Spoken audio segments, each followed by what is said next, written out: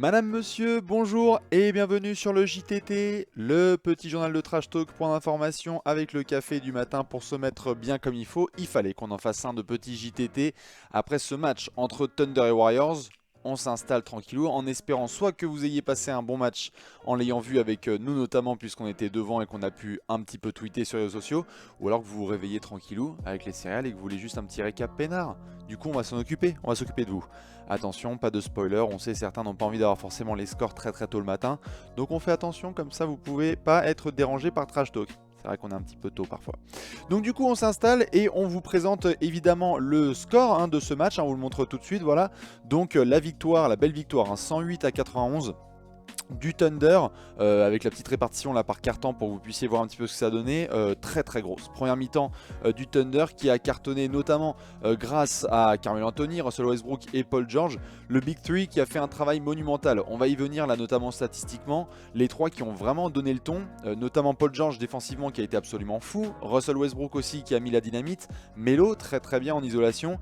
Et en face les Warriors qui n'étaient pas très disciplinés. Beaucoup de balles perdues, d'indiscipline. Des petits problèmes de concentration, notamment soulignés par Steve Kerr, beaucoup trop de ballons perdus, donc impossible de pouvoir taper le Thunder dans de telles conditions.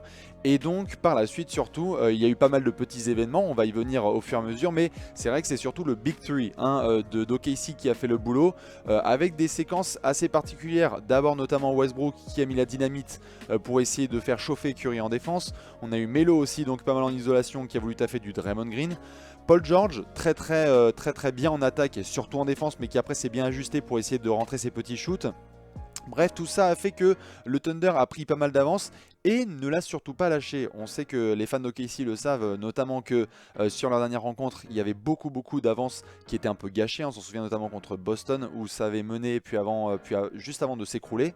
Et donc là, cette fois, ça a été très discipliné. C'est probablement d'ailleurs le meilleur match du Thunder cette saison. Ça, on pourra après en débattre pendant longtemps. En tout cas, ceux qui ont vu le match pourront vous pourrez nous donner vos avis évidemment sur cette rencontre. Mais surtout le plus important, c'est que le Thunder remporte ce match. C'est le premier match que le Thunder remporte enfin depuis le départ de Kevin Durant le 4 juillet 2016. Et donc notamment avec un Big 3 XXL, on vous montre tout de suite les statistiques. Et là c'est quand même assez fatal. On se retrouve quand même avec des joueurs qui font des stats. Voilà, c'est un petit peu ce qui a été rêvé de la part de Sam Presti et Billy Donovan.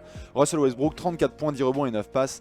Paul George, 20 points, 11 rebonds et 4 interceptions. Carmelo Anthony, 22 points, 5 rebonds à 8 sur 17 au tir.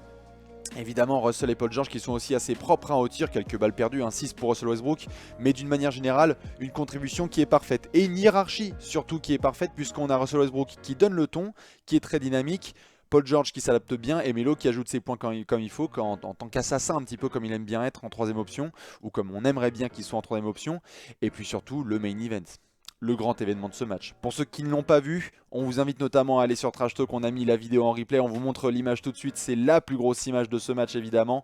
C'est le petit nose to nose entre notre ami Russell Westbrook et Kevin Durant. Les deux qui se sont bien rentrés dans la gueule. Au début on avait l'impression que c'était peut-être un petit peu amical, on s'est dit bon peut-être que ça se chafouine un petit peu sur des prises de position au poste.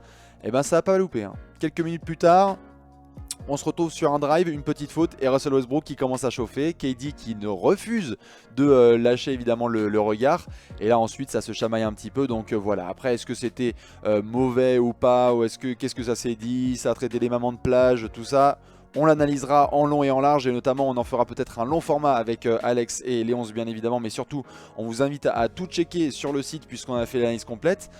L'info principale évidemment c'est la victoire du Thunder, ça c'est ce qu'il y avait de plus important à retenir. Et puis surtout on vous note quand même dans un petit coin, on vous montre tout de suite la suite du programme pour ces deux équipes parce que évidemment on attend que ça se rejoue.